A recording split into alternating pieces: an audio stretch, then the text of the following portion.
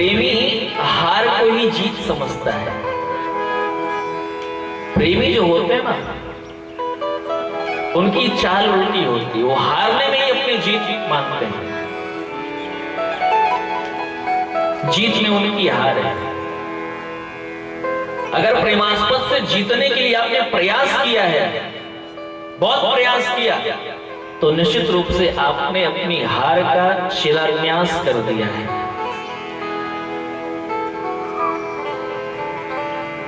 अपने विखंडन का शिलान्यास कर दिया है। वहां तो हार जाना ही अभीष्ट है।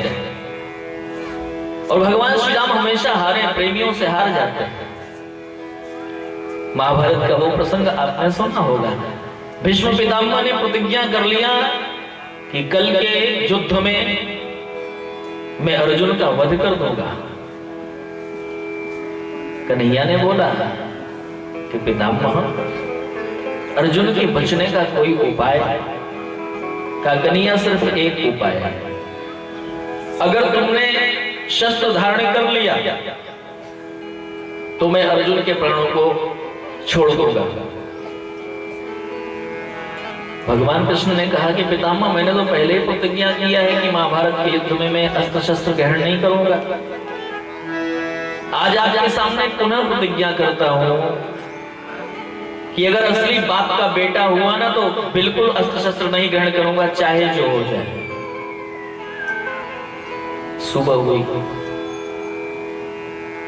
भीष्म पितामह ने अपने रथ को अर्जुन के रथ के सामने स्थापित किया है और मन में ये बात है, आज हो हरि हो सो अस्त्र गहे, तो लाजो गंगा जननी को शांतनु सुत न कही हो, आज हो हरि हो सो अस्त्र गहे हो। प्रतिज्ञा है हमारी। इतना भयंकर युद्ध किया कि भीष्म पितामह के तीखे बाणों के प्रहार से अर्जुन का रथ शत विशत हो गया, घायल हो गए। भगवान कृष्ण के चरणों में गिर पड़ते हैं, त्राहि माम पाहि माम रक्ष माम। भगवान कृष्ण उतर करके रथ से कूद करके रथ का पहिया अपने हाथों में लेकर के दौड़ पड़ते हैं। और जैसे ही दौड़ लगाई है, भीष्म पितामह ने तुरंत अपने धनुष बाण को नीचे रख दिया। आंखों में प्रेमाश्रु है और कह रहे हैं, कन्हैया, आपने मेरी प्रतिज्ञा की रक्षा करने के लिए अपनी प्रतिज्ञा तोड़ दी। हार जाते हैं ठाकुर जी। धीरे से एक मीठा सा उलाहना भी दिया है कि प्रभु, ये तो आपकी शोभा है कि आपने भक्त के प्रण की रक्षा करने के लिए अपने प्रण को भुला दिया, लेकिन एक बात और है। क्या बात है? आपने कहा था कि अगर असली बाप का बेटा हुआ तो युद्ध में शस्त्र ग्रहण नहीं करूंगा, तो कम से कम शस्त्र ग्रहण कर लिया तो बाप के नाम को तो कलंकित ही कर दिया आपने। कन्हैया ने कहा नहीं किया। कहा कैसे? तो उस समय भगवान कृष्ण कह रहे हैं, बोले घनश्याम सुनो भीष्म भगत राज, मोहे जन्म देने वाले जग में हजार हैं। कोई कहे खंभ गिरि धरणी ते प्रगट होत, और केते में बीनाओं मेरे अमित अवतार है।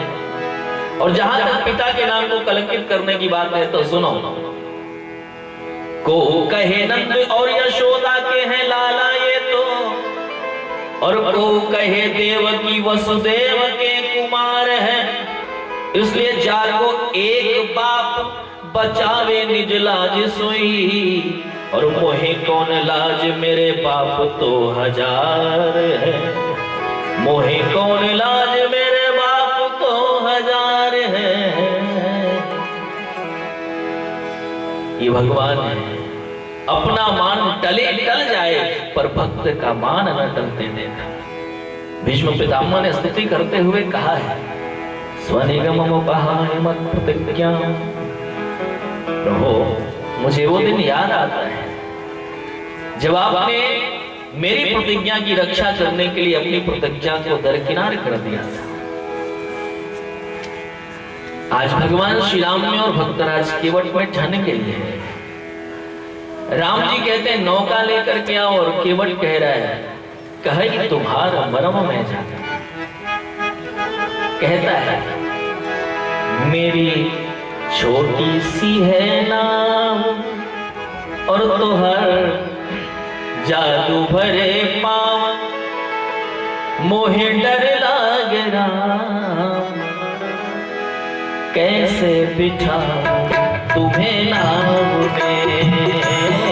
मेरी छोटी सी है नाव तोहर जादू भरे पाँव, मोहे डर लागे राम, कैसे बिठाऊं तुझे नाव में। मेरी छोटी सी है नाव तोहर जादू भरे पाँव, मोहे डर लागे राम, कैसे बिठाओ तुम्हें नाव में। मेरी छोटी सी है नाव तोहर जादू भरे पाँव, मोहे डर लागे राम, कैसे बिठाऊं तुम्हें नाव में। जय हो।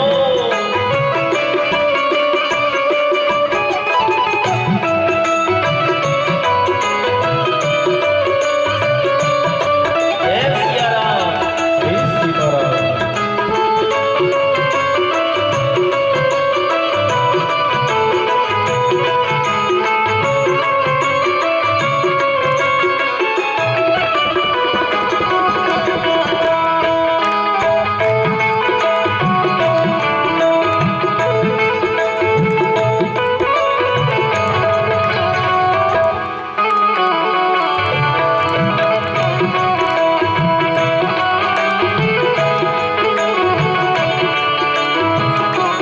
केवट ने कहा प्रभु मुझे डर लग रही है। किस बात का डर? जैसे पत्थर से बन गई नारी, जैसे पत्थर से बन गई नारी, जैसे पत्थर से बन गई नारी, जैसे पत्थर से बन गई नारी, ये है मेरी लकड़ी की नाव बिचारी, ये है मेरी लकड़ी की नाव बिचारी। सुनो सुनो सरकार दूजा नहीं कारोबार, सुनो सुनो सरकार दूजा नहीं कारोबार, सुनो सुनो सरकार दूजा नहीं कारोबार, सुनो सुनो सरकार दूजा नहीं कारोबार। और मेरा यही रोजगार, कैसे बिठाऊं तुम्हें नाव में। सुनो सुनो सरकार दूजा नहीं कारोबार, मेरा यही रोजगार, कैसे बिठाऊं तुम्हें नाव में। ओ मेरी छोटी सी है नाव तोहर जादू भरे पाँव, मोहे डर लागे राम, कैसे बिठाऊं तुम्हें नाव में। मेरी छोटी सी है नाव तोहर जादू भरे पाँव, मोहे डर लागे राम, कैसे बिठाऊं तुम्हें नाव में। मैं कैसे बिठाऊं तुम्हें नाव में। मैं कैसे बिठाऊं तुम्हें नाव में। मैं कैसे बिठाऊं तुम्हें नाव में। कैसे बिठाऊं तुम्हें नाव में। केवट ने कहा है ठाकुर जी कैसे आपको अपनी नौका में बिठा दूं। पत्थर काट से कठोर होता है, और अगर पत्थर को स्त्री बनने में 2-4 घंटा समय लगा होगा तो मेरी नौका तो 30 सेकंड में ही स्त्री बन करके चली जाएगी। क्योंकि पाहन पे बरुवाहन काठ को कोमल है, क्योंकि जल खा ही रहा है, लगातार जल में है, इसलिए बहुत कोमल हो चुकी है हमारी नौका, तुरंत स्त्री बन करके चली जाएगी। और मेरे पास सिर्फ यही है जीविका का साधन। यही प्रतिपालो सब परिवार, और नहीं जानो कछु और कबार। मैं और कोई काम धाम नहीं जानता हूं। कबारू का मतलब होता है, कबाड़ा किसको कहते हैं? जो बिल्कुल यूजलेस हो, जिसका कोई प्रयोग ना हो, उसको कबाड़ा बोलते हैं। दूसरा चीज कारबार, दूसरा कोई काम धंधा नहीं जानता, केवट का कहने का भाव है। केवट मानो भगवान श्री राम से कहना चाह रहा है कि राम जी, मेरे लिए नौका चलाना ही सर्वश्रेष्ठ कार्य है, बाकी सारे कार्य जो हैं वो मेरे लिए कबाड़ा हैं, सारे कार्य कबाड़ा है। मतलब वेद वेदांत में पारंगत हो जाना कबाड़ा कार्य है। केवट ने कहा मेरे दृष्टि में तो कबाड़ा ही है। धनुर्विद्या में एक मुकाम हासिल कर लेना तो कबाड़ा काम मेरे लिए तो बिल्कुल कबाड़ा है। मेरे लिए सिर्फ नौका चलाना ही सर्वश्रेष्ठ है। ऐसा कैसे बोल रहे हो भैया? का ऐसा इसलिए बोल रहे हैं क्योंकि भगवान के मर्म को हम जानते हैं। भगवान का मर्म है। भगवान ने श्रीमद् भगवद गीता में कहा है, स्वधर्मे विगुणं श्रेष्ठ परधर्मस्तनुष्ठितात् स्वधर्मे निधनं श्रेयः परधर्मो भयावह। भगवान ने कहा है कि देखो, अपने धर्म के पालन करने में भले से उसमें तमाम दुर्गुण हो, लेकिन फिर भी अपने धर्म का आश्रय लिए रहना चाहिए। दूसरे के धर्म को स्वीकार नहीं करना चाहिए। जो मेरा धर्म है वही धर्म है। धर्म का आदर करो, सबके धर्म का आदर करो, लेकिन अपने धर्मों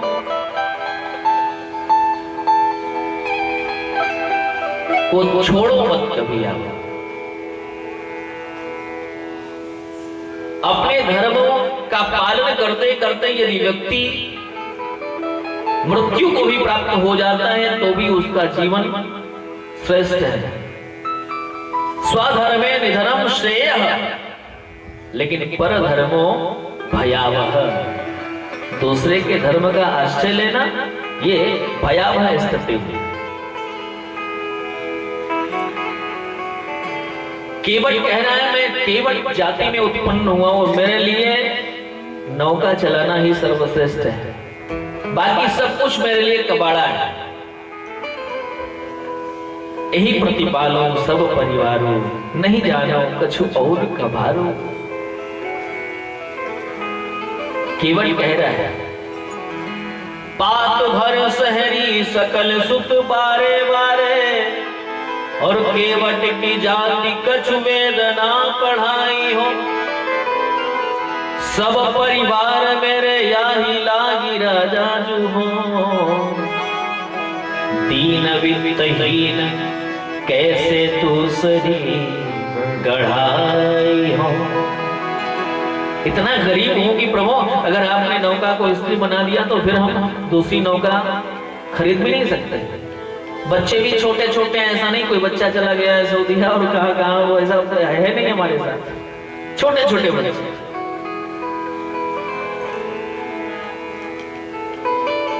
पात भर सहरी सकल सुत बारे बारे, केवट कछु वेदना बढ़ाई हो, और सब परिवार मेरे याही लागी राजा जू हो। दीन वित्तहीन कैसे दूसरी गढ़ाई हो, गौतम की घरनी जो तरनी बनेगी मेरी, नाथ सो निषाद भय के बात ना बढ़ाई हो। और तुलसी के ईस राम रावण सो साची कहो, बिना पग धोए नाथ नाव ना चढ़ाए हो, बिना पग धोए नाथ नाव ना चढ़ाई हो। ठाकुर जी, अगर आपको मेरी नौका से ही पार जाना है तो फिर अपने चरणों को धुलवा लो मुझसे।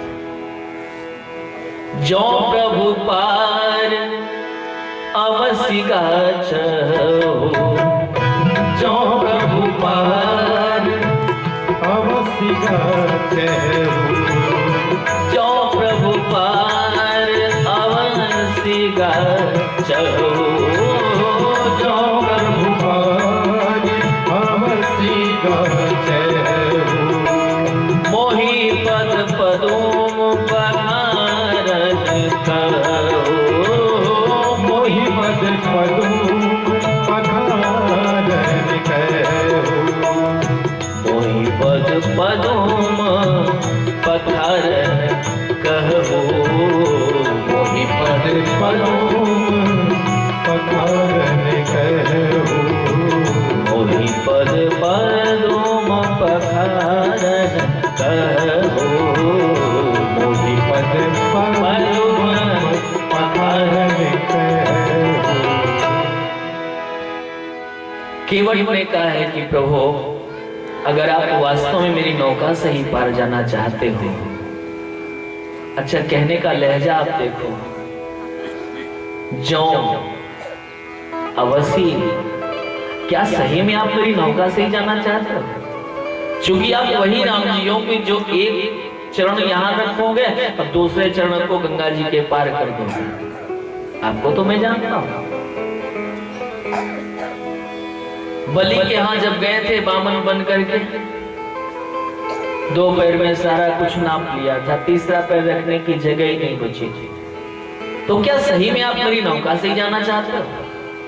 और अगर नौका से ही जाना चाहते हो तो मुझे अपने चरण कमलों को प्रक्षालन करने की आज्ञा दो। आप बोलो।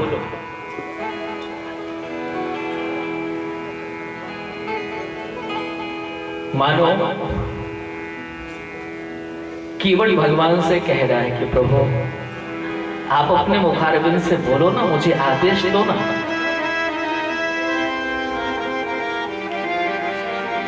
भगवान श्री राम से केवट कह रहा है कि महाराज, मैं आपके सामने वायदा करता हूं कि मैं आपके चरण कमलों को धुलूंगा, आपको नौका में चढ़ाऊंगा, पार करने के बाद भी आपसे उतराई नहीं लूंगा, ये वायदा करता हूं। पद कमल धोई चढ़ाई नाव, नाथ उतराए चहो,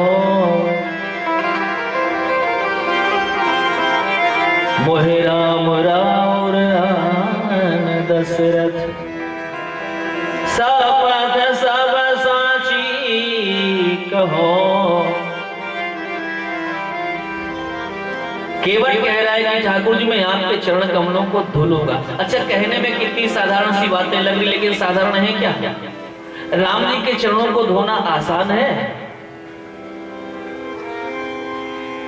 भगवान श्री राम के चरणों को धोया कितने लोगों ने है जी? उंगलियों पे गिन लो। ब्रह्मा जी ने चरणों को धुला, कमंडल में रख लिया, वही गंगा जी बन करके फिर से धरती पर आए। राजर्षि जनक जी ने भगवान श्री राम के चरणों के अंगूठे को धुला, बदले में अपनी लाडली प्यारी बेटी जानकी जी का हाथ राम जी के हाथ में सौंप दिया। कुछ भक्तों ने भगवान श्री राम के चरणों को धुलाए, और आज केवट भी कह रहा है, पद कमल धो, आपके चरणों को धुलो और फिर आपको अपनी गोदी में लेकर के नौका में चढ़ाऊंगा। चढ़ने नहीं दूंगा, गोद में लेके चढ़ाऊंगा, चढ़ा ही लाऊंगा। और अगर आपको चढ़ने मैंने दिया तो फिर नौका तो जाएगी, कोई रोक नहीं सकता, क्योंकि अभी तो आपके चरणों में कम धूल लग गई है, सूखे सूखे चरण है। और जब धुल लेंगे तो हो जाएगा गीला, और जब गीला हो जाएगा तो अभी कम धूल लगी है, तब खूब धूल लग जाएगी, पक्का 100% नौका तो जाएगी। इसलिए आपको अपने पांव से चल करके नहीं जाने दूंगा, आपको गोदी में लेकर के नौका में चढ़ाऊंगा। अच्छा, राम जी को गोदी में लेना आसान है क्या? महाराज मनु की इच्छा थी राम जी को गोद में लेने की। किया क्या? 23,000 वर्ष तक तपस्या करते रहे, ऐसी कठोर तपस्या किया, अस्थि मात्र होई रहे शरीरा, तदपि मनाग मनई नहीं पीरा। हड्डियों का ढांचा सिर्फ बचा था। भगवान जब प्रकट होते हैं तो भगवान से कहा है, चाहो तो मैं समान सुत और प्रभु सन कवन दुरा।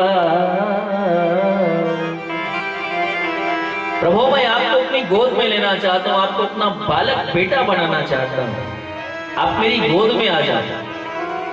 अच्छा, इतने वर्षों तक तपस्या किया है, मांगा है कि आप मेरी गोद में आ जाओ, तो राम जी आ गए क्या? तो नहीं आया। राम जी कहते हैं, अब तुम मम अनुशासन माने, बस हो जाए सुरपति रजधान। तह करि भोग विशाल तात गए कछु काल पुनि, और हुइयो अवध भुआल, तब मैं हो तुम्हार सुत। आप जब अयोध्या के महाराज दशरथ जी बनोगे तब मैं आपकी गोद में आऊंगा। और यहाँ केवट कह रहा है, पद कमल धोई चढ़ाई नाव, आपको अपनी गोदी में लेके चढ़ाओगे।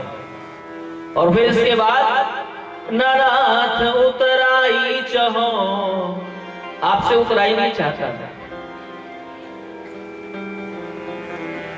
उतराई का एक भाव और है, ननाथ उत का मतलब जब उधर पहुंचा देंगे, तनराई चहो, आपसे राई बराबर भी उतराई नहीं लूंगा, राई बराबर भी पारिश्रमिक नहीं लूंगा आपसे। और मान लो आपको मेरे पर भरोसा नहीं हो रहा है कि बीच नदी में ले जाकर के और बोलना शुरू करे, भैया उतराई दे दो, तभी वहां पार पहुंचाएंगे, नहीं फिर से घूमते रहो। अगर विश्वास नहीं हो रहा है मुझ पे तो मैं कसम खाता हूं। किसकी कसम खा रहा है? कहा, मोहे राम राउर आन दशरथ, सबद सब साची कहो। मुझे राम जी आपकी सौगंध, आपकी ही नहीं, आपके बाप चक्रवर्ती नरेंद्र महाराज श्री दशरथ जी की सौगंध है, मैं उतराई नहीं लूंगा। लक्ष्मण जी बड़े कुपित होते हैं, भैया आपने इसे बहुत सर चढ़ा रखा है, अभी तक आपसे दुनिया भर की बहस कर रहा था, अब तो पिताजी का भी नाम लेना शुरू कर दिया, इसके होगा तो देखो। राम जी मुस्कुरा रहे हैं। राम जी ने कहा कि भैया ये, लक्ष्मण जी ने कहा भैया आपके भगत ऐसे ही मिलते हैं क्या? आप भगत उसको कहते हैं जो आपका कहना मान ले। भाई तो कहना मान नहीं रहा है, फिर भी आप कह रहे हो भगत है भगत है। आपके भगत बड़े विचित्र हैं। का मतलब का आप किसी को कुछ कहते हो मानता ही नहीं, जो ना माने वही आपका भगत। सुमंत्र जी को बार बार कह रहे थे आप कि चले जाओ अयोध्या, चले जाओ अयोध्या, नहीं जा रहे थे।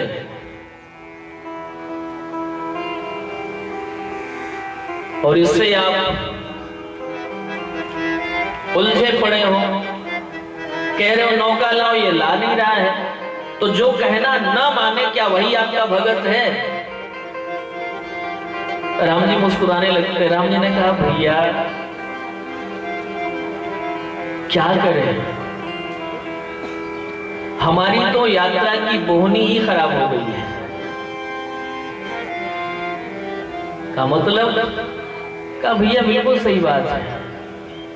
लक्ष्मण एक बात बताओ, वनवास तो सिर्फ मेरा हुआ था, तुम्हारा और जानकी का तो वनवास नहीं हुआ था?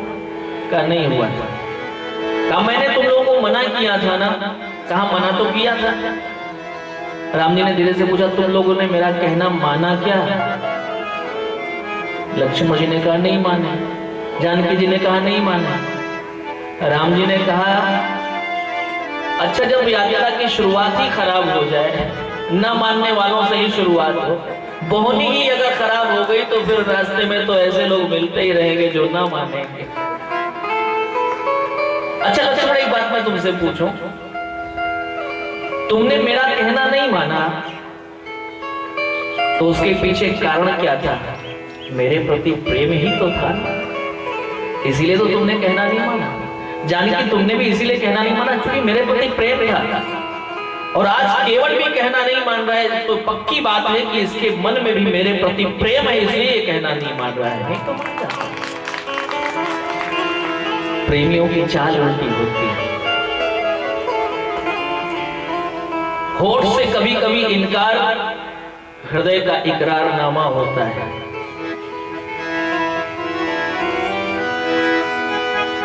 कभी कभी आंखों को बंद करके भी दर्शन हो जाता है। ये प्रेमी लोग हैं, बड़े विचित्र होते हैं। हार में ही जीत है। एक उर्दू का शायर कहा करता था, उल्टी ही चाल चलते हैं दीवान गाने इश्क। उल्टी ही चाल चलते हैं दीवान गाने इश्क, और नजरों को बंद करते हैं दीदार के लिए। आंखों को बंद करके भी दीदार कर लेते हैं प्रेमास्पद का। ये प्रेमी है। नजर मिली भी न थी और उनको देख लिया, और जुबान खुली भी न थी और बात भी कर ली। ये प्रेमियों की स्थिति है। बिना आंखों के भी दर्शन हो जाता है, बिना शब्दों के भी बातचीत हो जाती है। सूरदास जी महाराज बिना आंखों के ही ठाकुर जी का दर्शन किया करते थे। देखन को घनश्याम की मूर्ति, चाहिए सूर की आंधरी आंखें। अंधी आंखों से भी भगवान का दर्शन हो जाता था। ये प्रेमियों की स्थिति है। निवेदन आपसे करूं, भगवान श्री राम ने कहा है कि देखो भैया, तुम लोग प्रेम के कारण मेरा कहना नहीं माने और ये भी कहना नहीं मान रहा है, तो निश्चित रूप से हमारा प्रेमी ही होगा। लक्ष्मण जी क्रोध में हैं। लक्ष्मण जी की तरफ केवट ने देखा है और कहा है, बरु तीर मारो लखन पे, जब लगी न पाए पखारी हो। लक्ष्मण जी आप मेरा वध भी कर दोगे तब भी, जब तक राम जी के चरणों को धुल नहीं लूंगा तब तक नौका में नहीं बिठाने वाला। एक ने कहा केवट भैया किससे जिद कर रहे हो? लक्ष्मण जी क्रोधी स्वभाव के, अभी इनको सनक आ जाएगा, मार देंगे बाण से तो पता चला कि सारी इच्छा मन में ही रह जाएगी। केवट ने कहा मार ही नहीं सकते हमको। जो भगवान का भक्त होता है वो बड़ा निर्भीक होता है, वो भयभीत नहीं होता है। जो भगवान का हो गया उसको दुनिया से डर नहीं रहती। मुझे लगी शाम संग प्रीत, ये दुनिया क्या जाने। भगवान से जो प्यार कर चुके हैं ना, उनको दुनिया का डर, दुनिया की घबराहट नहीं होती। वो तो कहते हैं मुझे मन मिल गया मन का मीत, ये दुनिया क्या जाने। मोहन और मोहन मस्तों की या वो जाने या मैं जाने।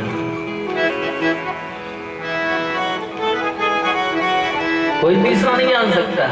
एक भक्त गाया करता था, वृंदावन के भक्त गाते थे, मोहन से दिल क्यों लगाया है, ये मैं जानूं या वो जाने। मोहन से दिल क्यों लगाया है, ये मैं जानूं या वो जाने। मोहन से दिल क्यों लगाया है, ये मैं जानूं या वो जाने। मोहन से दिल क्यों लगाया है, ये मैं जानूं या वो जाने। छलिया पे दिल क्यों आया है, ये मैं जानूं या वो जाने। छलिया पे दिल क्यों आया है, ये मैं जानूं या वो। हरि ओम।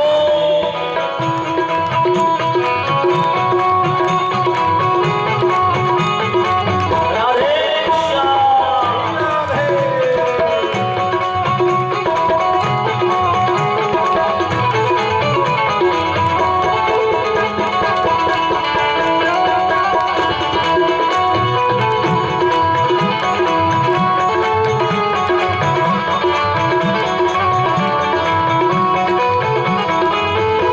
हर बात निराली है उसकी, हर बात में है एक टेढ़ापन। हर बात में है एक टेढ़ापन, हर बात में है एक टेढ़ापन।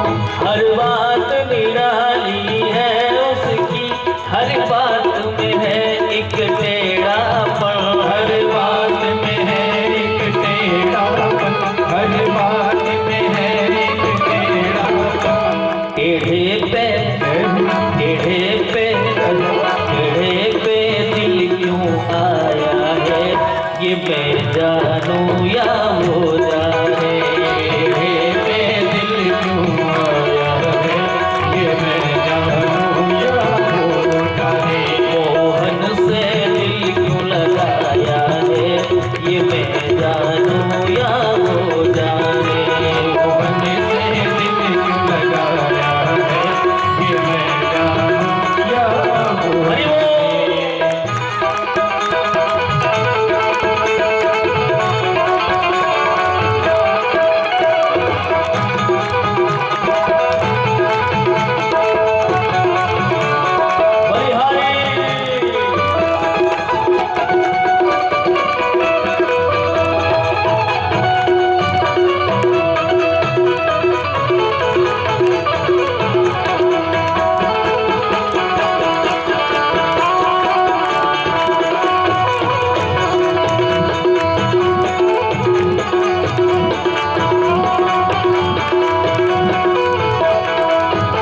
जितना दिल ने तुम्हें याद किया, उतना जग ने बदनाम किया। उतना जग ने बदनाम किया, उतना जग ने बदनाम किया। जितना दिल ने तुझे याद किया, उतना जग ने बदनाम किया। उतना जग ने बदनाम किया, उतना जग ने बदनाम किया। बदनामी का फल क्या पाया है, ये मैं जानूं या वो जाने। बदनामी का फल क्या पाया है, ये मैं जानूं या वो जाने। मोहन से दिल क्यों लगाया है, ये मैं जानूं या वो जाने। मोहन से दिल क्यों लगाया है, ये मैं जानूं या वो जाने। छलिया पे दिल क्यों आया है, ये मैं जानूं या वो जाने।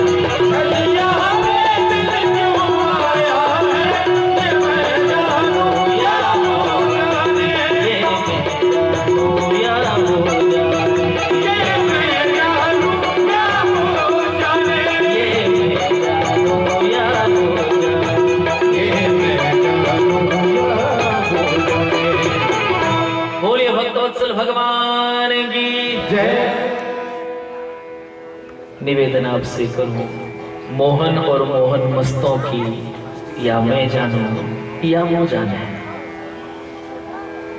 जो भगवान के भक्त होते हैं ना, उनकी गति मति बिल्कुल उल्टी होती है।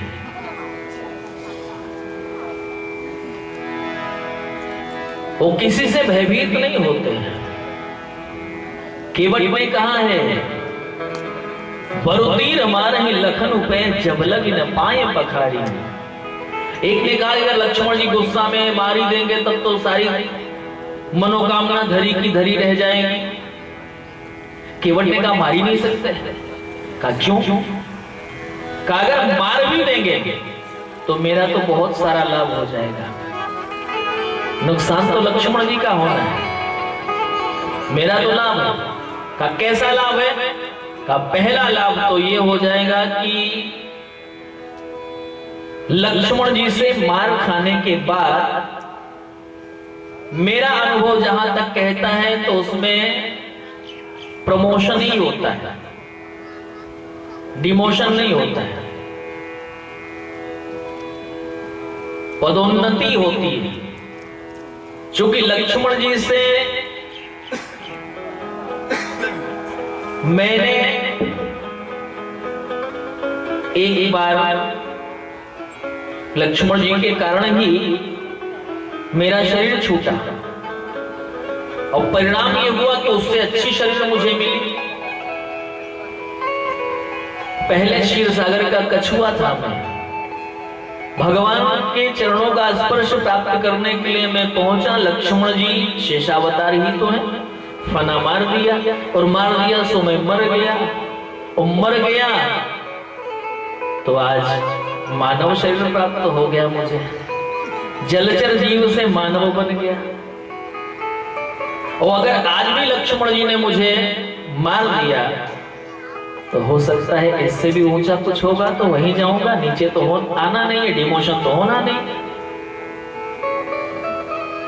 इसलिए लक्ष्मण जी नहीं मार सकते। कहा और भी लाभ है? कहा और भी लाभ है। कैसा लाभ है? कहा मेरा जब शरीर शांत होगा ना तो मेरा शरीर कहीं इधर उधर नहीं गिरने वाला है, गंगा जी में गिरेगा। अंतिम समय में मेरा आराध्य, मेरा इष्ट, मेरा प्रेमास्पद मेरे आंखों के सामने खड़ा रहेगा।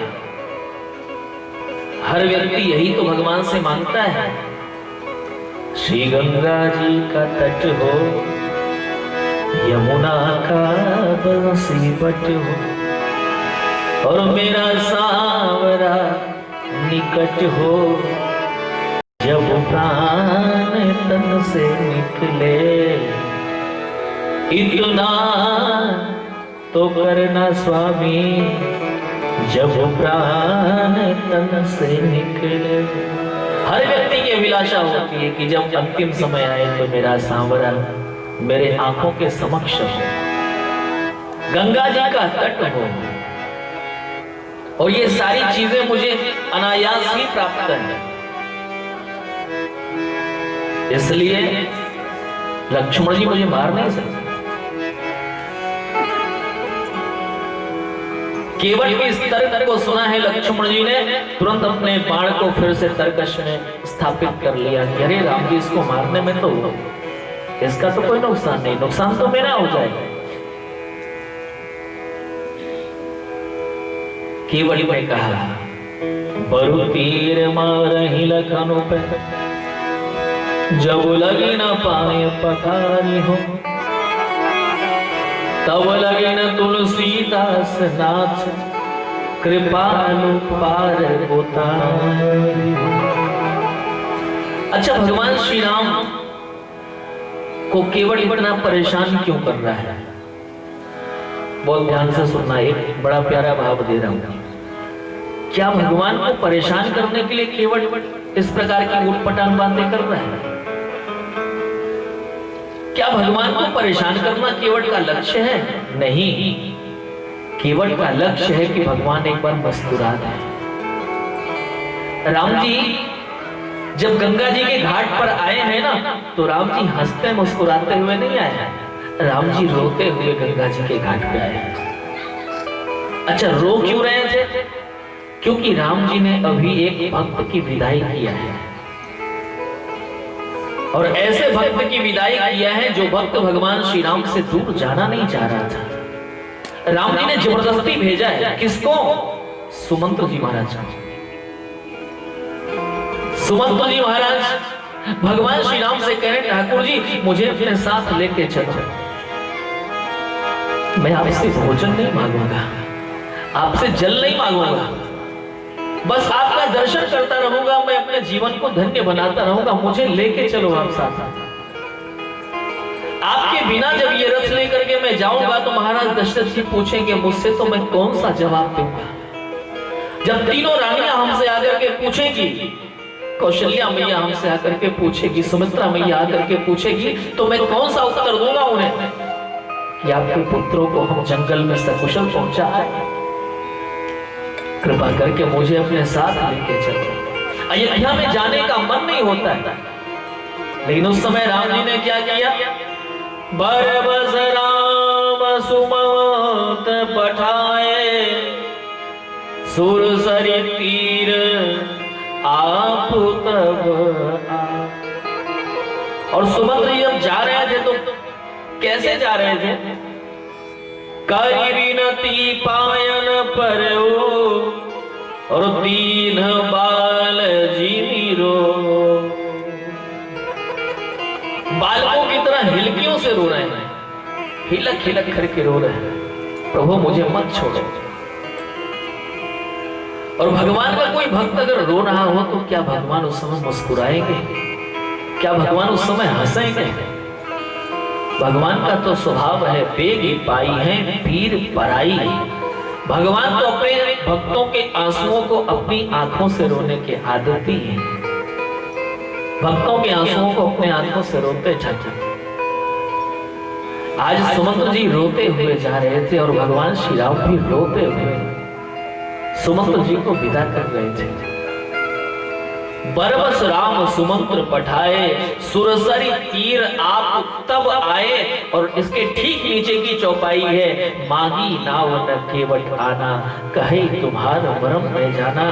केवट ने सोचा कि आज मेरे ठाकुर रो रहे हैं, आज मिले हैं, भविष्य में कभी मिले ना मिले। आज मैं अपने राघव सरकार की एक तस्वीर खींचना चाहता हूं, आंखों के कैमरे से एक तस्वीर लेकर के अपने दिल के एल्बम में फिट करना चाहता हूं। बहुत ध्यान से सुनना।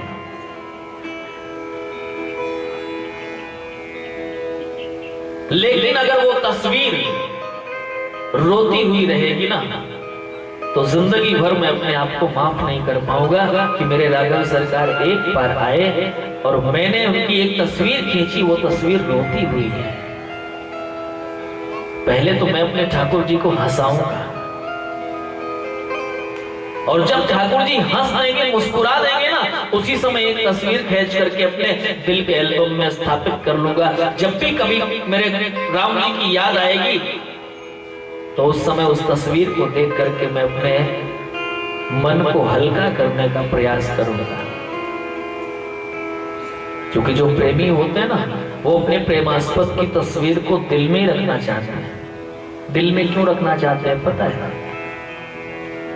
एक तो यहाँ की तस्वीर कभी धूमिल नहीं होती। कितना भी सुंदर एल्बम आप बना लो, 2, 4, 6 साल 10 साल इसके बाद तो कुछ न कुछ होना है।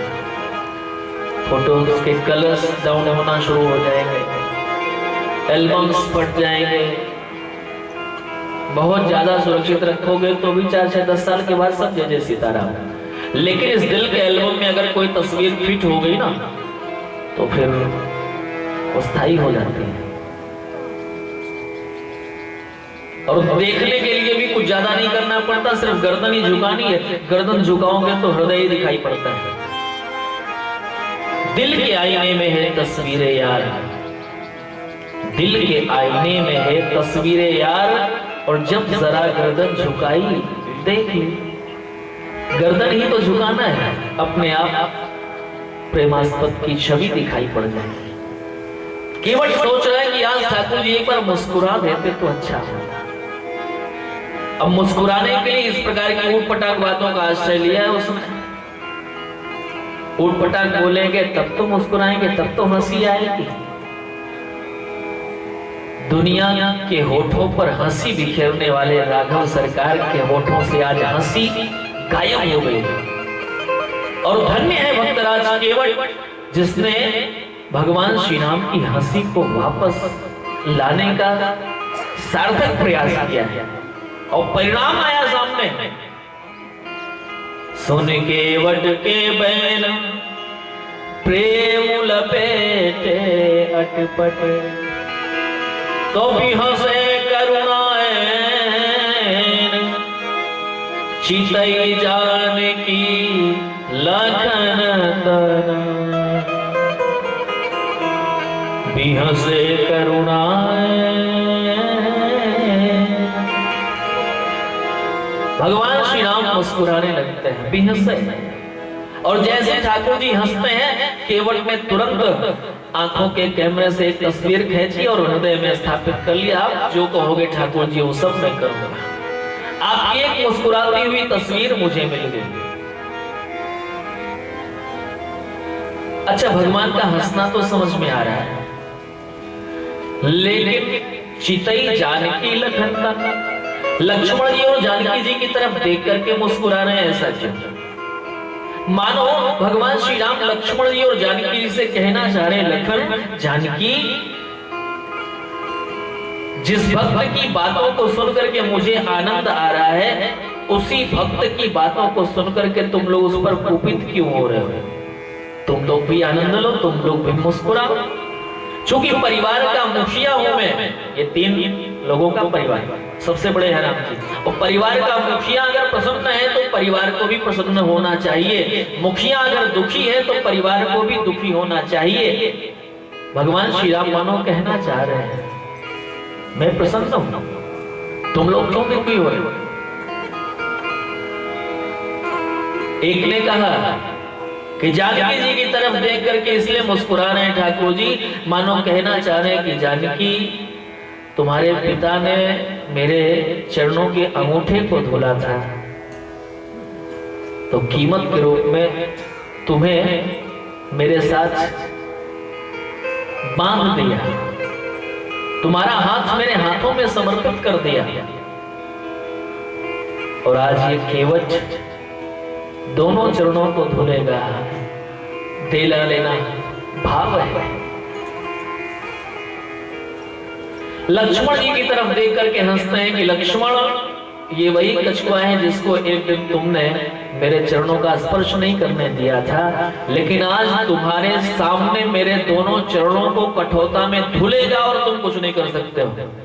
इसलिए बिहसे करुणा है चितई जानकी लखन तना।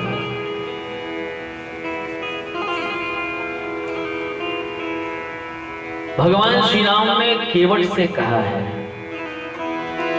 कृपा सिंधु बोले मुस्कुराई, कृपा सिंधु बोले मुस्कुराई, कृपा सिंधु बोले मुस्कुराई, कृपा सिंधु बोले मुस्कुराई, सोई करूं नहीं तब रावण जाई, सोई करूं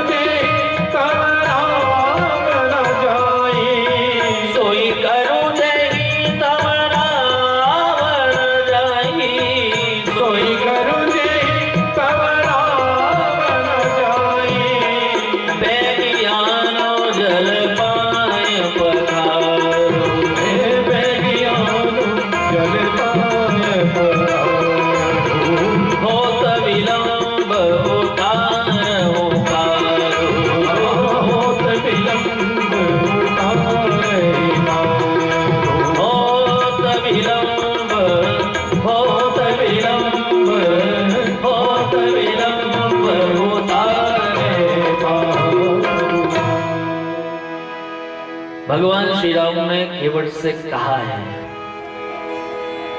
भैया केवट, सोई करो जही तब नावन जाए। आप वही काम करो जिससे आपकी नौका बची रहे। मुस्कुरा के बोल रहे राम जी। केवट ने कहा सुनो राम जी, ये सोई करूं खोई करूं मैं नहीं जानता हूं। अगर नौका से पार जाना है तो स्पष्ट मुखर होकर के बोलो कि जल लेकर के आओ, मेरे चरणों को धुल लो, तब तो आपके चरणों को धुलूंगा, नहीं तो फिर खड़े रहो आप। भगवान श्री राम ने केवट से स्पष्ट कहा है, बेगी आनी जल और पाए पखार। अच्छा, ये इतिहास में आप पहली बार देखोगे। होता है लोग पाद प्रक्षालन करते हैं, पैर धुलते हैं, लेकिन कोई कह करके धुलवाता थोड़ा ही है। अरे श्रद्धा है भैया, कहीं गए तो चरण धुल लिया लोगों ने, ठीक है, वो एक स्वाभाविक प्रक्रिया है। और कोई कहे कि आप पहले कहो हमसे, तब हम आपके चरणों को धुलेंगे, और बिना धुले आपको फिर बैठाएंगे। और केवट प्रसंग में यही हो रहा है।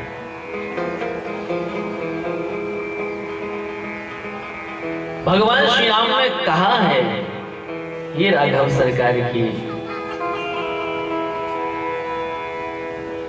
कृपा है, भगवान ने मुखर होकर के बोला है, केवट भैया जल लेकर के आओ, मेरे चरणों को धुल लो।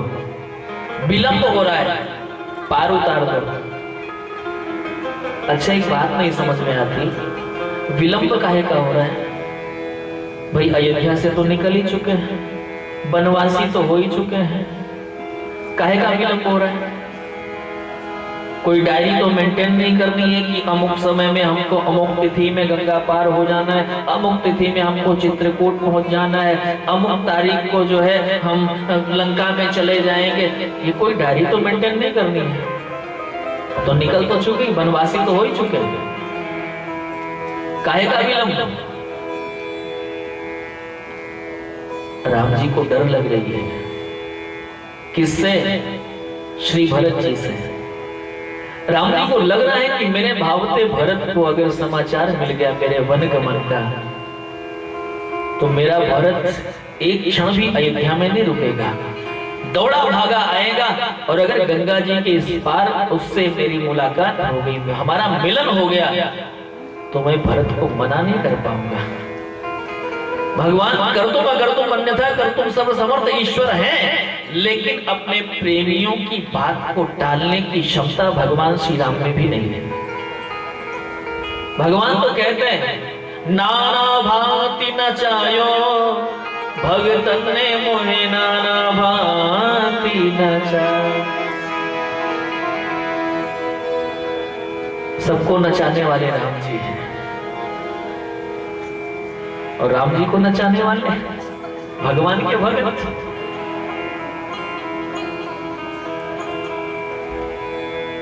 कौशल्या मैया ने नचाया है, यशोदा मैया ने नचाया है। नाचे नंदलाल नचावे हरि की मैया, नाचे नंदलाल नचावे हरि की मैया, नाचे नंदलाल नचावे हरि की मैया, नाचे नंदलाल नचावे हरि की मैया, नचावे हरि की मैया, नचावे हरि की मैया, नचावे हरि की मैया, नचावे हरि की मैया, नचावे हरि की मैया, नचावे हरि की मैया, नचावे हरि की मैया, नचावे हरि की मैया, नाचे नंदलाल नचावे हरि की मैया, नाचे नंदलाल नचावे हरि की मैया, ठुमो के पग धरत कन्हैया, ठुमो के पग धरत कन्हैया, ठुमो के पग धरत कन्हैया, ठुमो के पग धरत कन्हैया, नाचे नंदलाल नचावे हरि की मैया, नाचे नंदलाल नचावे हरि की मैया, नाचे नंदलाल नचावे हरि की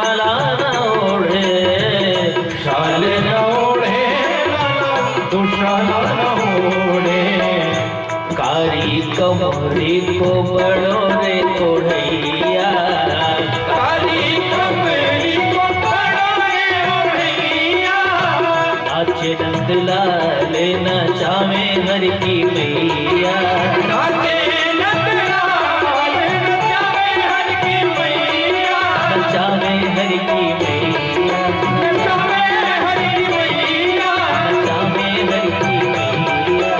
नचावे हर की मैया। बोले बाल कृष्ण लाल की। जय।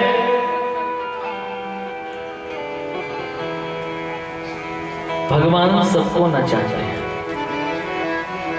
लेकिन भगवान के प्रेमी जो है ना, वो भगवान को भी नचाते हैं। अयोध्या में भी भगवान श्री राम नाच रहे हैं।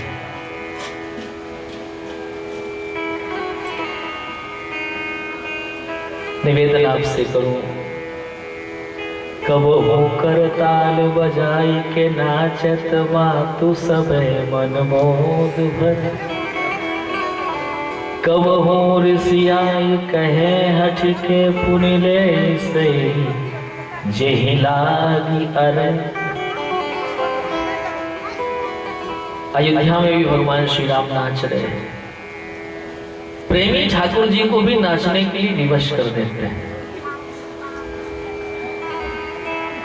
आज भगवान का प्रेमी केवल भगवान से कह रहा है कि प्रभु स्पष्ट मुखर होकर के हमसे आपको, और भगवान श्री राम ने बोला है, बेगी आन जल पाय पखारो, होत विलंब उतार हो पार। विलंब हो रहा है, पार उतार दो, क्योंकि भरत का डर है। अगर मेरा भरत गंगा जी के इस पार हमसे मिल जाता है ना, तो भरत की बात को मैं टाल नहीं पाऊंगा, लौट जाना पड़ेगा। चित्रकूट में आएगा तो चित्रकूट में चरण पादुका दे करके समझा दूंगा, लौटा दूंगा, लेकिन यहां पर तो खुद चलना पड़ेगा। इसलिए भैया पार उतार दें। तो केवट में क्या किया? केवट में कहा कि राम जी, मैं पढ़ा लिखा तो नहीं हूं, लेकिन एक चीज तो जानता ही हूं कि कोई भी सत्कर्म अगर किया जाए तो धर्मपत्नी जी अगर हो तो साथ में रखना चाहिए, अर्धांगिनी को साथ में रखना चाहिए। का बिल्कुल बात तो सही कह रहे हैं, अर्धांगिनी होनी चाहिए, लेकिन अर्धांगिनी कहाँ है? वो का वो तो घर पे है। लक्ष्मण जी ने कहा भैया देखो इसका दिमाग अभी भी खराब है, इतनी देर से अपन लोगों को झिलाया इसने, और जब आपने आज्ञा भी दे दिया तो पत्नी को लाने का एक दूसरा नया मामला है। राम जी ने कहा भैया केवट जो करता है करने दो। केवट गया, अपनी धर्मपत्नी से कहता है, अरे देवी जल्दी चलो, आज हम लोगों का भाग्योदय हो गया है, भगवान श्री राम जी के चरणों को धुलने का सौभाग्य मिला है, भगवान श्री राम गंगा जी के घाट पर हैं, दौड़ करके चलो उनका चरण धुलते हैं दोनों साथ में मिलकर के। इतना सुनना था कि धर्मपत्नी के आंखों में आंसू भर आते हैं, रोने लगती है। केवट ने कहा देवी मैं इतना मंगलमय समाचार तुम्हें सुना रहा हूं और तुम रो रही हो।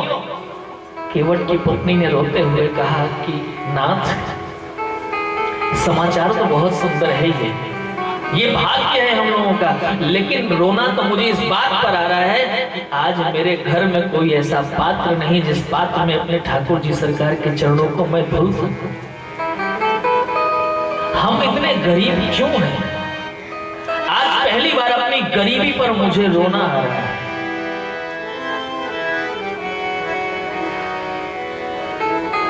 पाथर सनक कलेज धरती के, और बहिर होकर आसमान छैरे, यह न होकर भगवान छैरे,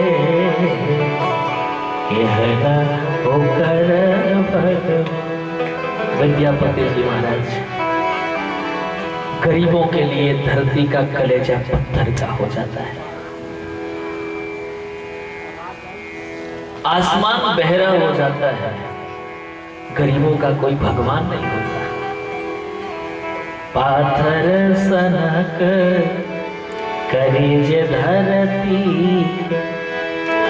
बहिर होकर आसमान छैरे, केहना होकर भगवान छैरे, केहना होकर भगवान।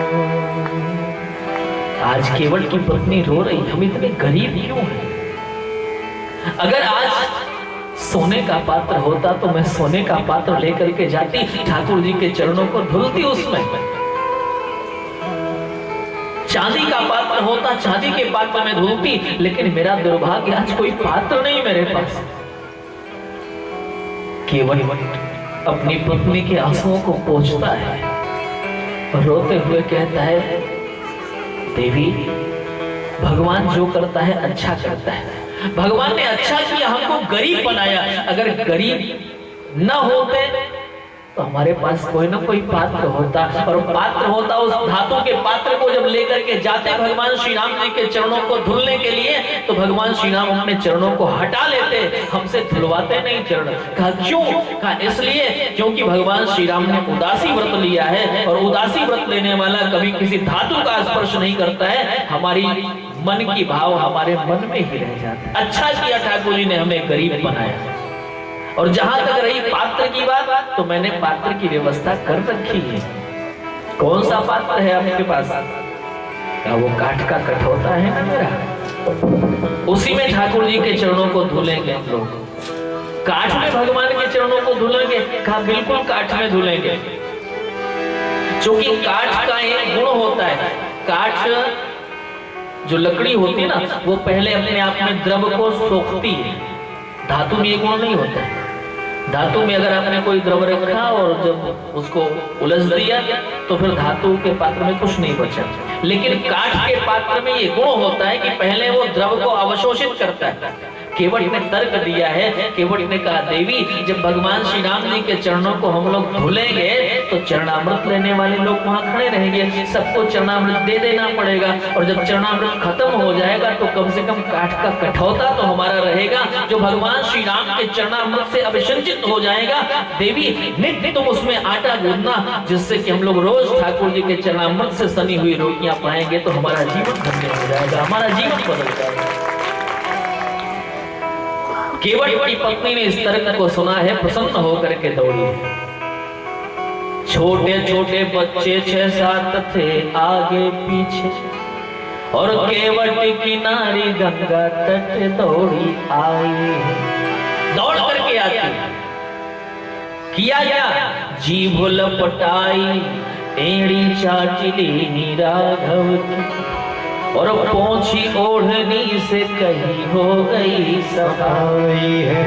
अपनी जीभ से भगवान श्री राम के चरण बिंदों को चाट करके साफ कर देती है, अपने फटे हुए दुपट्टे से पोंछ लेती है, और पोंछने के बाद अपने पति से कहती है, नाथ मैंने सफाई कर दिया, धूल का कण इसमें नहीं है। केवट की आंखों से प्रेमाश्रु छलक गए। देवी ये तेरा सौभाग्य है,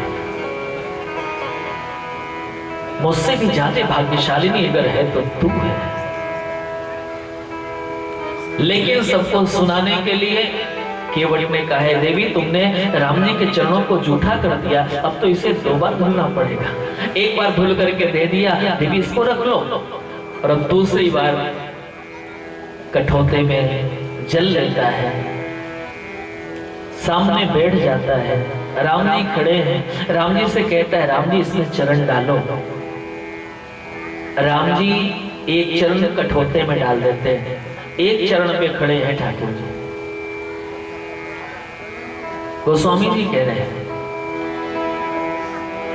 केवट राम रजाय सुपावा, केवट राम रजाय सुपावा, पानी कठौता भर गई आवा, पानी कठौता भर गई आवा।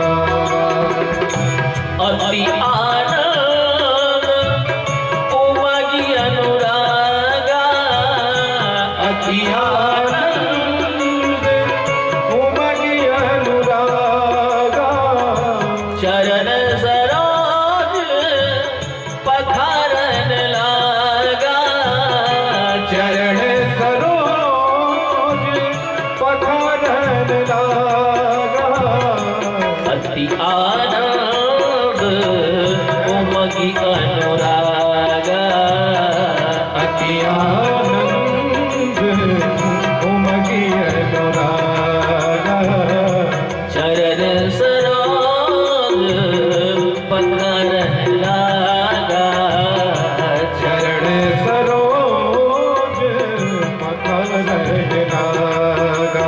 भगवान श्री राम एक पांव पर खड़े, केवट के हाथ में कठौता है, केवट का शरीर पुलकित हो जाता है, सारा शरीर कांपने लगता है, और जब शरीर कांपने लगता है तो हाथों में भी कंपन आ जाता है, और हाथों में भी जब कंपन आ जाता है तो ठाकुर जी के चरण उसमें रखे हुए हैं, ठाकुर जी का शरीर भी कंपायमान हो रहा है, कांप रहे ठाकुर जी एक पांव पर खड़े होकर। इस दृश्य को देखा देवताओं ने और आकाश मार्ग से पुष्पों का वर्षण कर रहे हैं। बरसी सुवर्ण सुर सकल सिहाही, बरसी सुमन सुर सकल सिहाही, बरसी सुवर्ण सुर सकल सिहाही, बरसी सुमन सुर सकल सिहाही, एहि सम पुण्य पुंज को नाही, एहि सम पुण्य पुंज को नाही, एहि सम पुण्य पुंज को नाही, एहि सम पुण्य पुंज को नाही।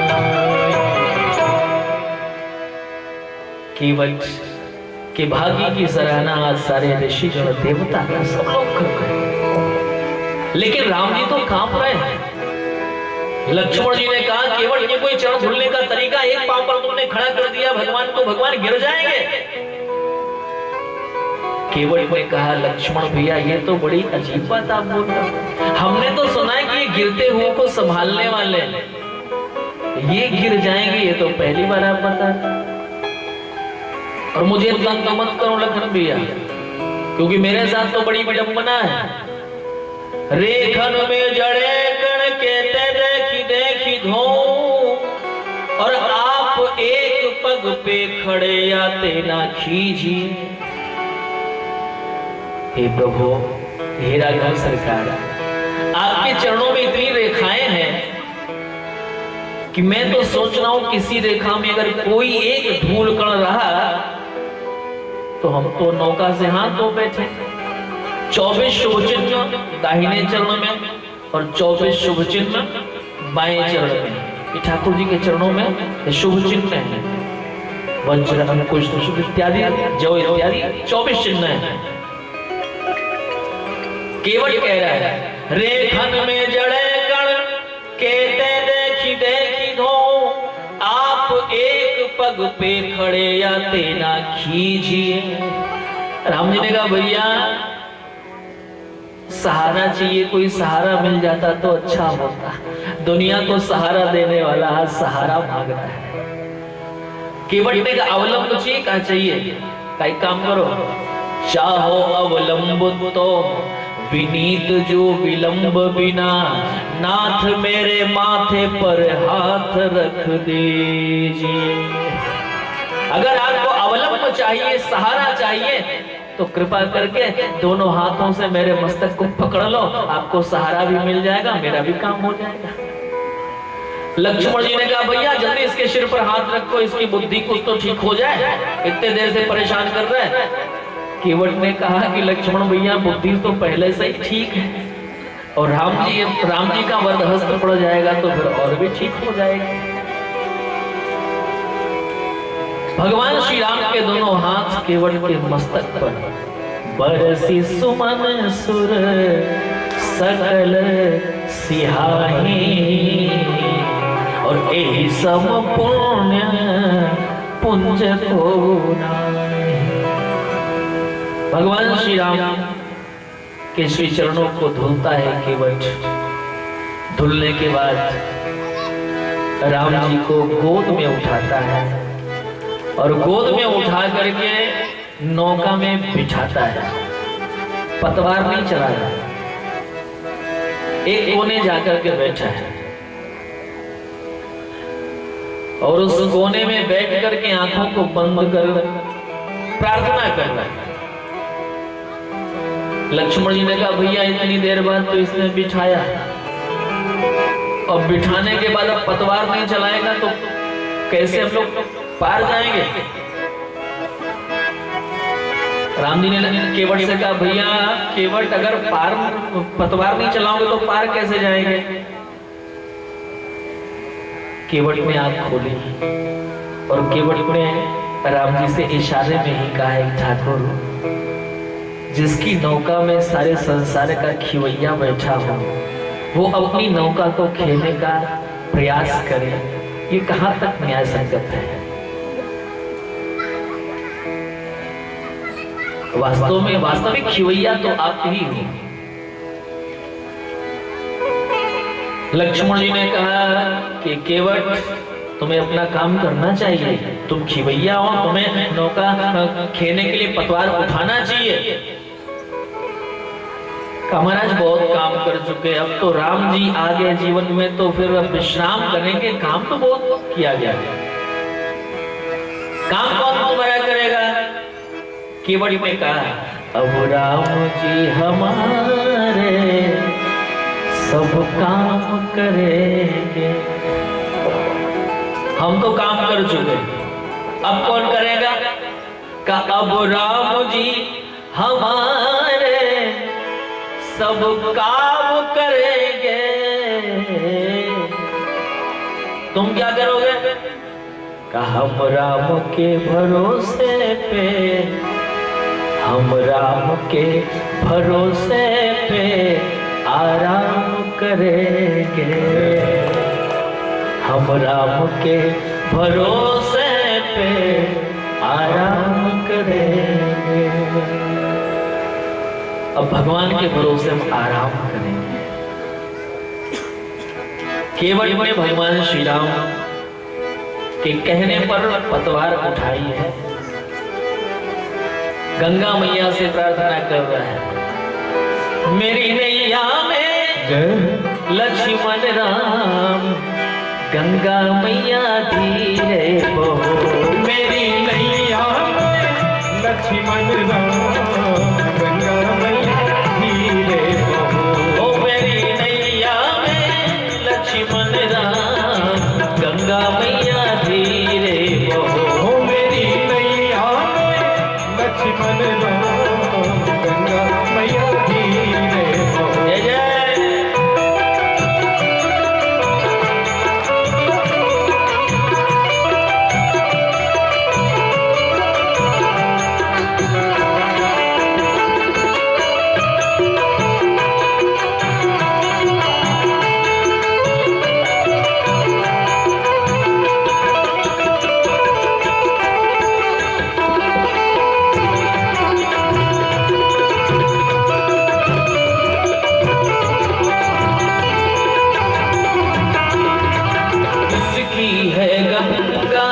किसकी है नैया, किसकी है गंगा,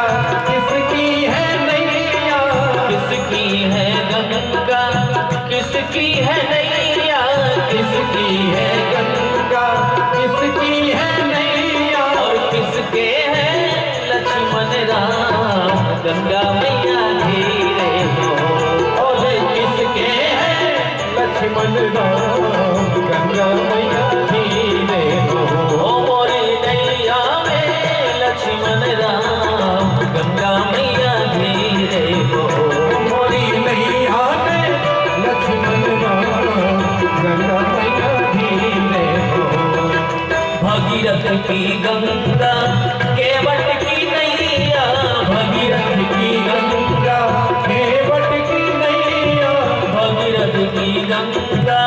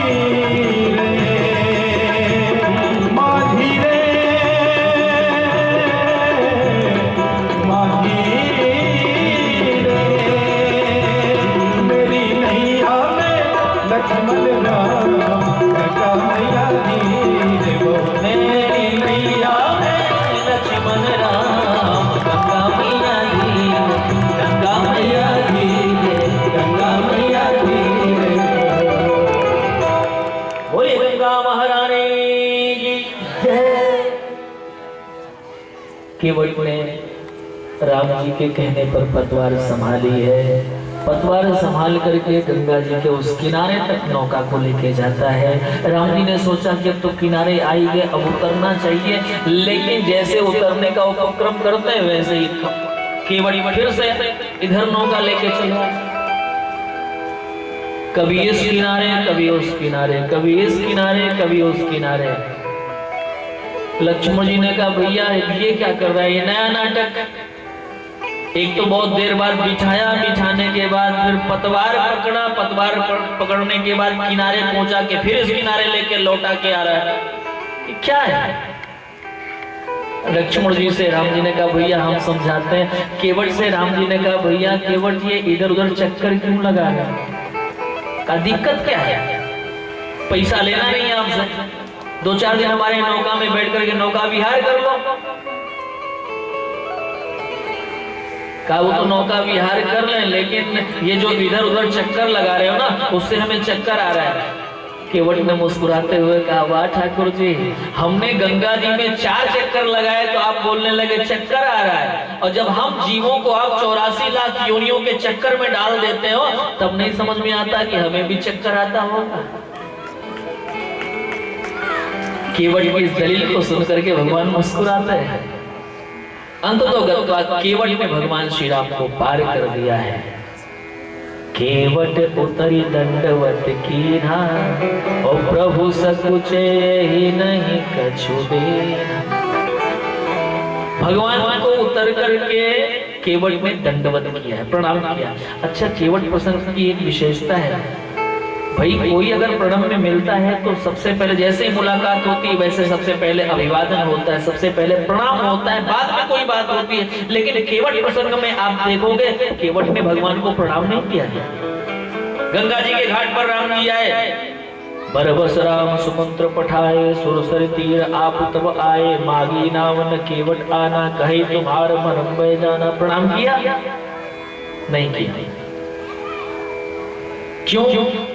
क्योंकि जानता है कि ठाकुर जी को दंडवत करने का मतलब है कि ठाकुर जी जो बोलेंगे वो हमें करना पड़ेगा। दंडवत का मतलब ही होता है दंड के समान। अच्छा, डंडे की अपनी कोई सत्ता है क्या? डंडा अगर कहीं पड़ा है तो वो पड़ा रहेगा, अगर किसी ने उसे उठा लिया तो उठ जाएगा, किसी ने उसे सहारा की अपेक्षा करी तो सहारा बन जाएगा, और किसी ने घुमा करके किसी की खोपड़ी पे दे मारा तो खोपड़ी खोल देगा। लेकिन डंडे का कोई दोष थोड़ा है, डंडे का कोई दोष नहीं, क्योंकि डंडा बिल्कुल स्थिर रहने वाले चीज, दंड के समान। भगवान के चरणों में पड़ने का मतलब, दंडवत करने का मतलब भगवान को आत्मसमर्पण कर देना। ठाकुर मैं आपके चरणों में लेटा हूं, आप चाहो तो उठा दो, आप चाहो तो गिरा दो, आप जो बोलोगे आपके कारण ही मुझ में गति होगी, मेरी कोई गति नहीं है, आपके कारण हम में गति होगी। दंडवत का मतलब है कि आज से मेरी सत्ता समाप्त, और जिसके सामने दंडवत हमने करी है उसकी गुलामी शुरू। तेरी मर्जी का मैं हूं गुलाम, ये दंडवत का मर्म है। तेरी मर्जी का मैं हूं गुलाम, मेरे अलबेले राम। तेरी मर्जी का मैं हूं गुलाम, मेरे अलबेले राम। तेरी मर्जी का मैं हूं गुलाम, मेरे अलबेले राम। तेरी मर्जी का मैं हूँ गुलाम, मेरे अलबेले राम। अलबेले राम, मेरे अलबेले राम, अलबेले राम, मेरे अलबेले राम। अलबेले राम, मेरे अलबेले राम। अलबेले राम, मेरे अलबेले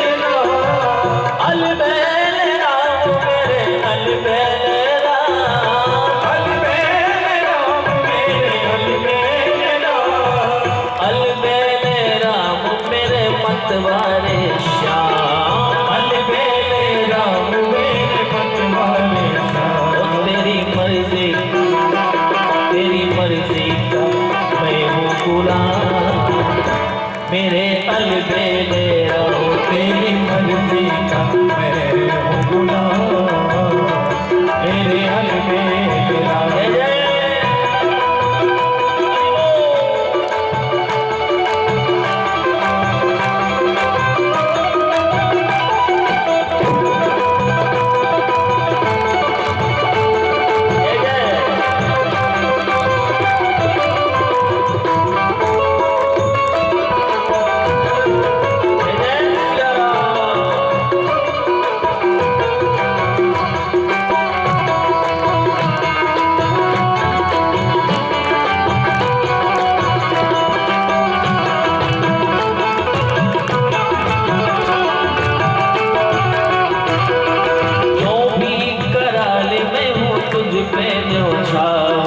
जो भी करा ले मैं हूँ तुझ पे न्यौछावर, तुझ पे न्यौछावर, मैं तुझ पे न्यौछावर, तुझ पे न्यौछावर, मैं तुझ पे न्यौछावर, तुझ पे न्यौछावर, मैं तुझ पे न्यौछावर, तुझ पे न्यौछावर, मैं तुझ पे न्यौछावर। जो भी करा ले मैं हूँ तुझ पे न्यौछावर, जो भी करा ले मैं हूँ तुझ पे न्यौछावर। दौलत दौलत मेरी तेरा नाम, मेरे अलबेले राम। दौलत मेरी तेरा नाम, मेरे अलबेले राम। ओ तेरी मर्जी का मैं हूँ गुलाम, मेरे अलबेले राम। तेरी मर्जी का मैं हूँ गुलाम, मेरे अलबेले राम।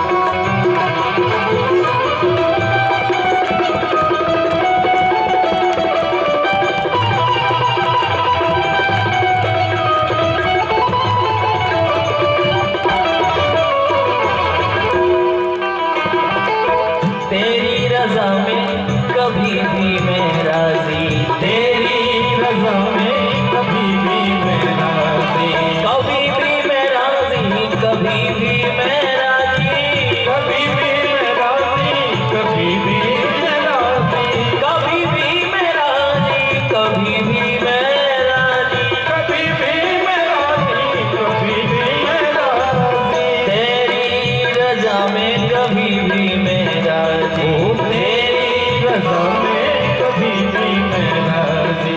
दे दो सजाया इनाम, मेरे अलबेले राम। मुझे दे दो सजाया इनाम, मेरे अलबेले राम। ओ तेरी मर्जी का मैं हूँ गुलाम, मेरे अलबेले राम। ओ तेरी मर्जी का मैं हूँ गुलाम, मेरे अलबेले राम। मेरे अलबेले राम। हो मेरे अलबेले राम, मेरे अलबेले राम। हो मेरे अलबेले राम, मेरे अलबेले राम। हो मेरे अलबेले राम। भगवान श्री राम के चरणों में केवट ने दंडवत प्रणाम किया है। भगवान ने संकोच किया है कि मैंने कुछ दिया नहीं, क्या देते हैं। भगवान श्री राम ने अपना दर्शन दे दिया, चरणों को धुलने का सद्भाग्य दे दिया। गोद में भगवान श्री राम को केवट ने ले लिया। अब क्या देना शेष था, लेकिन फिर भी प्रभु समुचे यही नहीं कुछ देना। ये दाता का आदर्श है।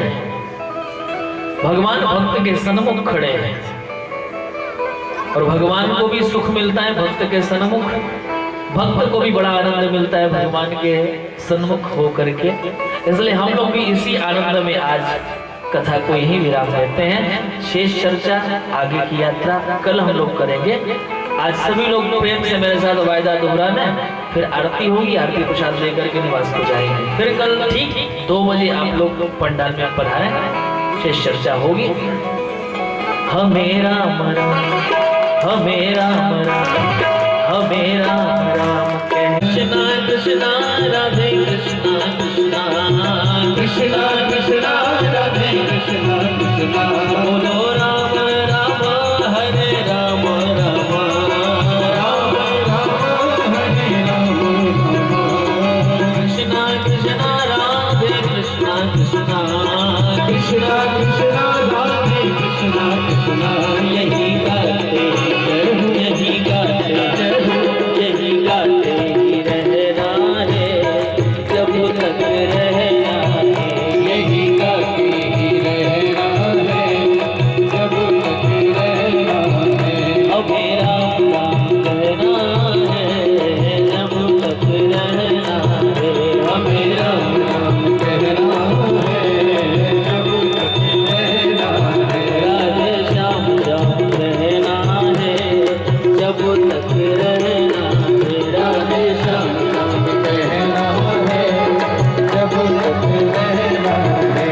हमें जब तक रहना है, हमें जब तक रहना है, हमें जब तक रहना है, हमें जब तक रहना है। बोले श्री राम कृष्ण भगवान की जय। माता जनकनंदनी जय। शंकर भगवान की जय। वीर बजरंग जी महाराज की जय। भक्त और भगवान की जय। सुग्रीव गिलाधीश सरकार की जय। सत्य सनातन धर्म की जय। जय जय श्री सीताराम। संचालक महोदय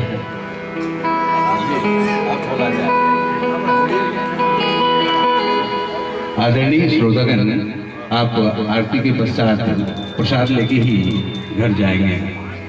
आपसे विनम्र प्रार्थना है, नम्र निवेदन है, कल जो तृतीय दिवस हमारा है प्रातः 9 बजे सुंदरकांड प्रारंभ हो जाएगा पाठ, और उसके बाद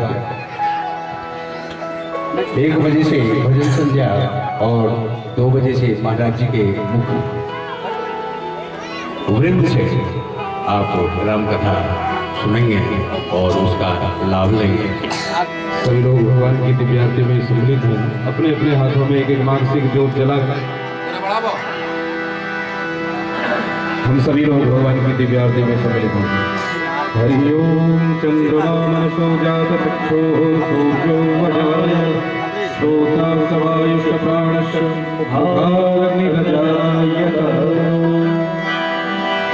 आरती अवध बिहारी की दयामयी जनक दुलारी की। आरती अवध बिहारी की दयामयी जनक दुलारी की।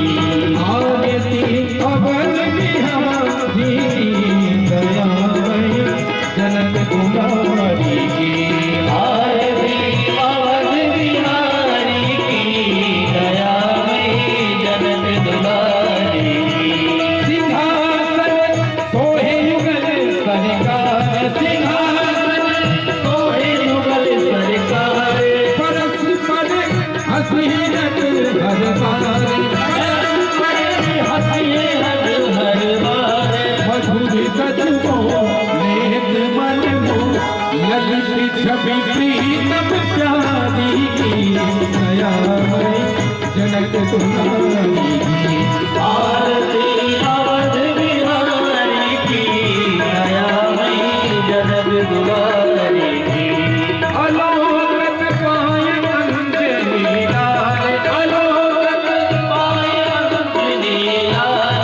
निरख पग पंकज हो निहाल, निरख पग पंकज हो निहाल। रहत रघुनाथ अन्य से बचाई, पवन सुत गिरिवर धारी की। दया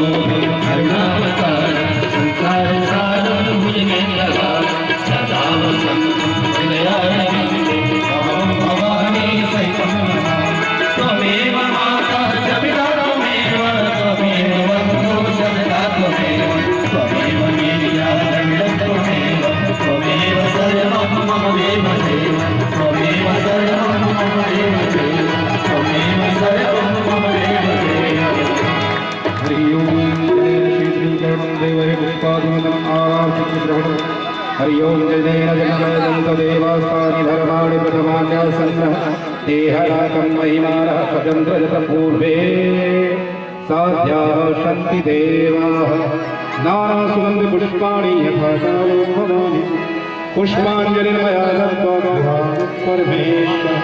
गृहाणपरमेश्वर चन्द्रपुष्पाञ्जलिं समर्पयामि प्रार्थनापूर्वकं नमस्करोमि।